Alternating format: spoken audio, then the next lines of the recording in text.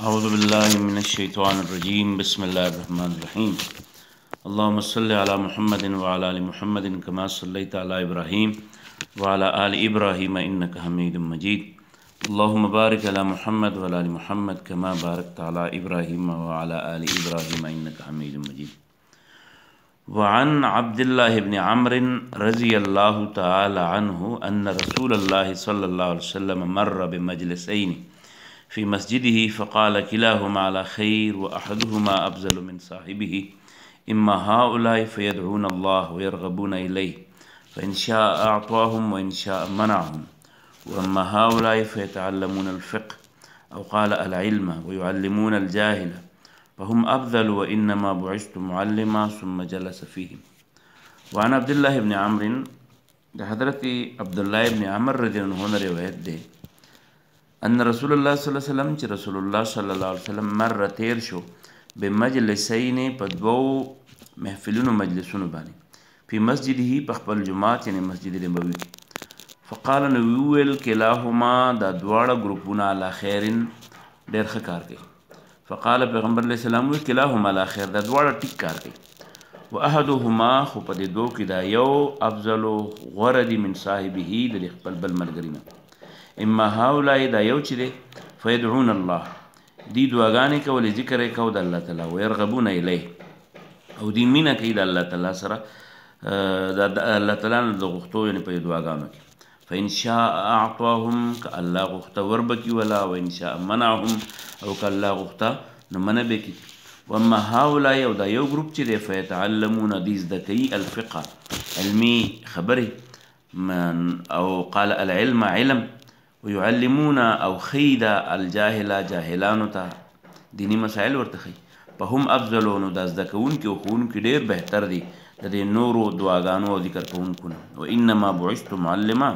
او زه خو معلم را لېږلی شوی یم ثم جلس بیا کېناستو دا پیغمبر علیه السلام فیهم د دقې تعلیم و تعلم والا حلقې سره. حضرت عبداللہ ابن عمر رضی اللہ عنہ عمر ابن عاص رضی اللہ عنہما وہ روایت کرتے ہیں کہ ان رسول اللہ صلی اللہ علیہ وسلم کہ رسول اللہ صلی اللہ علیہ وسلم مرہ گزرا بمجلسین دو محفلوں سے فی مسجد ہی مسجد نبوی میں فقال تو نبی صلی اللہ علیہ وسلم نے فرمایا کلاہما علی خیر دونوں ٹھیک کام کر رہے ہیں واحدہما لیکن ان میں سے ایک جو ہے افضل و بہتر ہے من صاحب ہی وہ دوسری سے. اما ہاولا یہ ایک گروہ جو ہے فیدعون اللہ یہ دعائیں مانگتے ہیں اللہ سے ويرغبون الیہ اور اللہ کی طرف رغبت کرتے ہیں. فإن شاء اگر اللہ چاہے اعطاہم تو انہیں دے گا وإن شاء اور اگر اللہ چاہے منعہم تو اسے منع کرے گا روکے گا.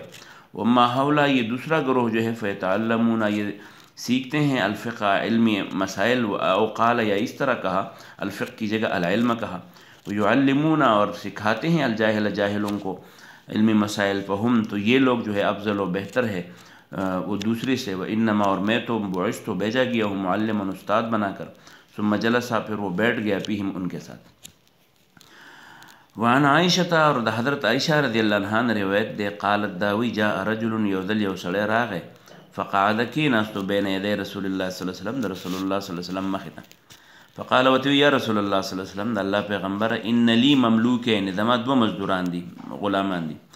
یکذبوننی ما ته دروغجن وي ویخونوننی د ما څخه خیانت کوي په مال کې ویعصوننی زه چې ورته څه وایم هغه نه مني واشتمهم زه ورته کله کنځلې کوم واضربهم کله یې وهمه نو فکیف انا منهم زما او د هغوی په منځ کې به څنګه تعلق وي یعنې ما ته په دې کې ګناه وي که نه زه ورته کنځلې کوم زه ورته قهرېږم دی وهمه. فقال رسول الله صلی الله علیه وسلم ورته وویل اذا کان یوم القیامه کله چې د قیامت ورځ شي نو یحسبو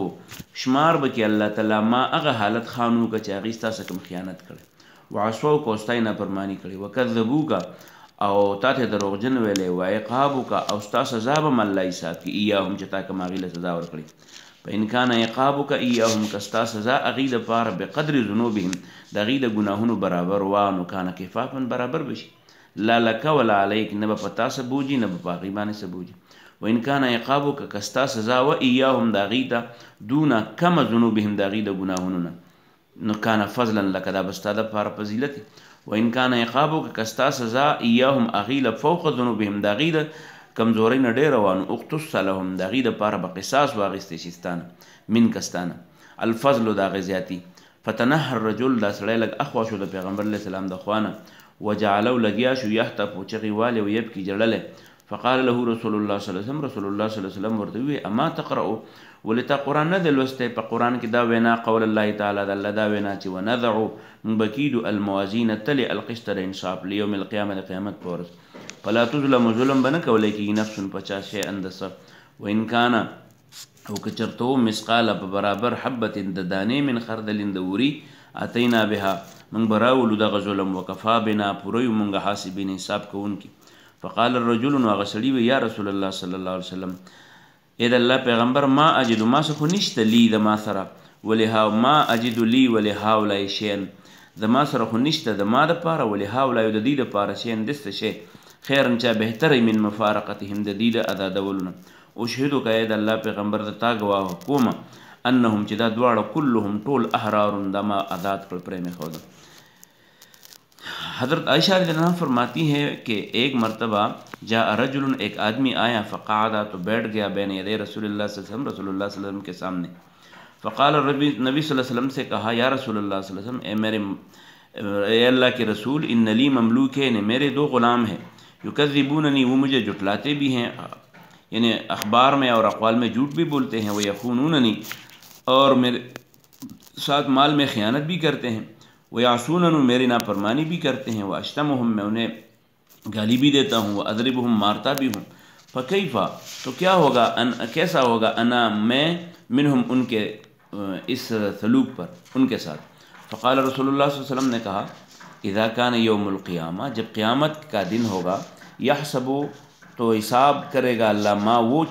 سلوک خانوں کا جو کچھ انہوں نے خیانت کی ہے تیرے ساتھ وعصوک اور تیری نافرمانی کی ہے وکذبوک اور تجھے جھٹلایا ہے وعقابک اور تمہاری سزا بھی وہ گن لے گا ایاہم ان کے ساتھ فإن کان عقابک اگر تمہاری سزا ایاہم ان کے لیے بقدر ذنوبہم ان کے خطاؤں کے اندازے کے برابر تھا کان کفافا تو یہ سوا سوا ہو جائے گا برابر ہو جائے گا لا لک ولا علیک نہ ان کا تمہارے اوپر کوئی حق ہوگا نہ تمہارا ان کے اوپر کوئی حق ہوگا وإن کان عقابک اور اگر تمہاری سزا جو ہے ایاہم انہیں ان کے لیے دون ذنوبہم ان کے کوتاہیوں سے کم تھا کان فضلا لک تو یہ تیرے لیے ایک فضیلت ہوگی وہ ان کان عقابک ایاہم اور ان کان اور اگر تھا عقابک تمہاری سزا ایاہم ان کے لیے دون ذنوبہم ان کے خطاؤں سے فوق ذنوبہم ان کے خطاؤں سے زیادہ اختصا تو قصاص لیا جائے گا لہم ان کے لیے من کا تجھ سے الفضل اس زیادتی کا فتنحى الرجل وہ آدمی جگہ سے ہٹ گیا وجعل یحتف وہ چیخ رہا تھا وہ یبکی اور رو رہا تھا فقال له رسول اللہ صلی اللہ علیہ وسلم تو رسول اللہ صلی اللہ علیہ وسلم نے انہیں کہا کہ اما تقرأ کیا تم نہیں پڑھتا قول اللہ تعالی اللہ کا یہ قول کہ وَنَضَعُ الْمَوَازِينَ الْقِسْطَ ہم انصاف کی کا ترازو جو ہے وہ رکھیں گے لیوم القیامہ قیامت کے دن فلا تظلم نفس تو کسی نفس پر ظلم نہیں کیا جائے گا شیئا ذرہ بر وَإِنْ كَانَ مِثْقَالَ حَبَّةٍ اور اگر دانے کے برابر ہوگا من خردل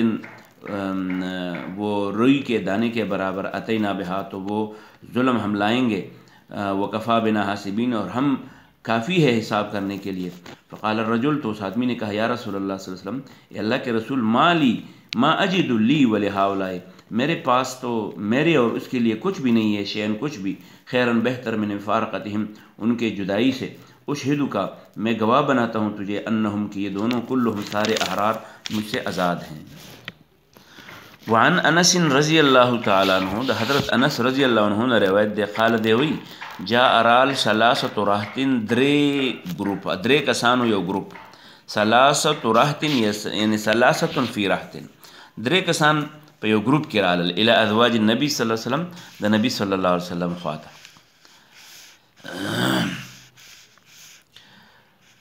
دا رسول اللہ صلی اللہ علیہ وسلم خوالا دی دا پر رالا چې رسول الله صلی الله علیه وسلم د بیبیانو نه دا تپوسو کې چې پیغمبر علیه السلام عبادت څنګه کوي څومره عبادت کوي نو په دې بنیاد باندې هغې د پیغمبر علیه السلام د بیبیانو نه تپوس د دریونه کسان چې رال د نبي صلی الله علیه وسلم د بیبیانو خواته او د نبي صلی الله علیه وسلم د یوې بیبي نه دا تپوس کو چې دا رسول الله صلی الله علیه وسلم نجی ژوند یعنی کور کې چې کوم ژوند تیری په کور کې د روژو او د منځونو څه صورتحال دی یسألون تپوسونه کول عن عبادت النبي صلی الله علیه وسلم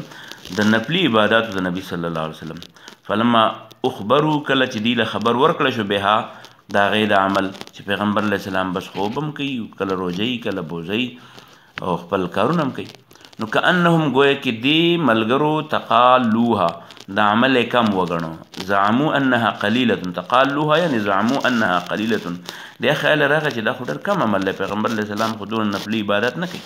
فقالوا نو په خپل منځ کې بیا ویل این نحن من النبي صلی الله علیه وسلم موږ پیغمبر علیه السلام ته چرته رسو دا هغه کم عمل زموږ د ډېر عمل نه ډېر دی. وقد غفر الله الله بخنه کړی د ما غته هغه څه تقدم چې مخکې کړي من ذنبه خطاګانې وما تأخر وکړو ته څه وشي. فقال احدهم نو یو پکې وی اما انا ذچیم په اصلي زب بس منځ کوم الليل ټوله شپه ابدا همیشه.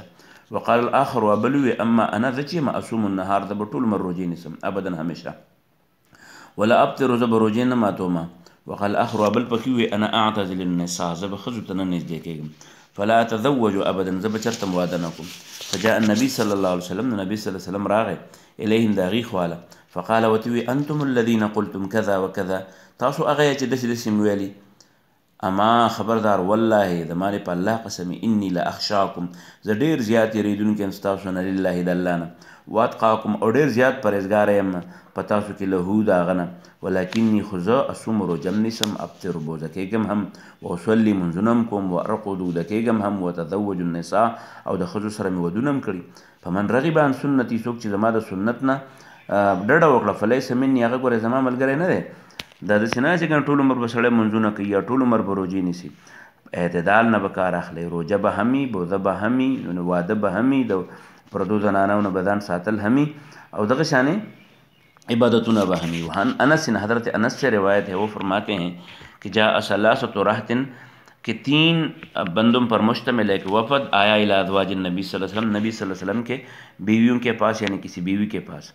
یسألون وہ پوچھنا چاہتے تھے عن عبادت النبی صلی اللہ علیہ وسلم کے عبادت کے بارے میں صلی اللہ علیہ وسلم. فلما پس جب اخبروا انہیں مطلع کیا گیا بہا اس عبادت کی کیفیت پر کأنہم تو انہوں نے تقالوها کم سمجھا. فقالو تو پھر سب نے کہا این نحن ہم کہاں کڑے ہیں من النبی صلی اللہ علیہ وسلم نبی صلی اللہ علیہ وسلم کے مقابلے میں. وقد غفر اللہ اللہ نے بخشا ہے ما وہ تقدمہ جو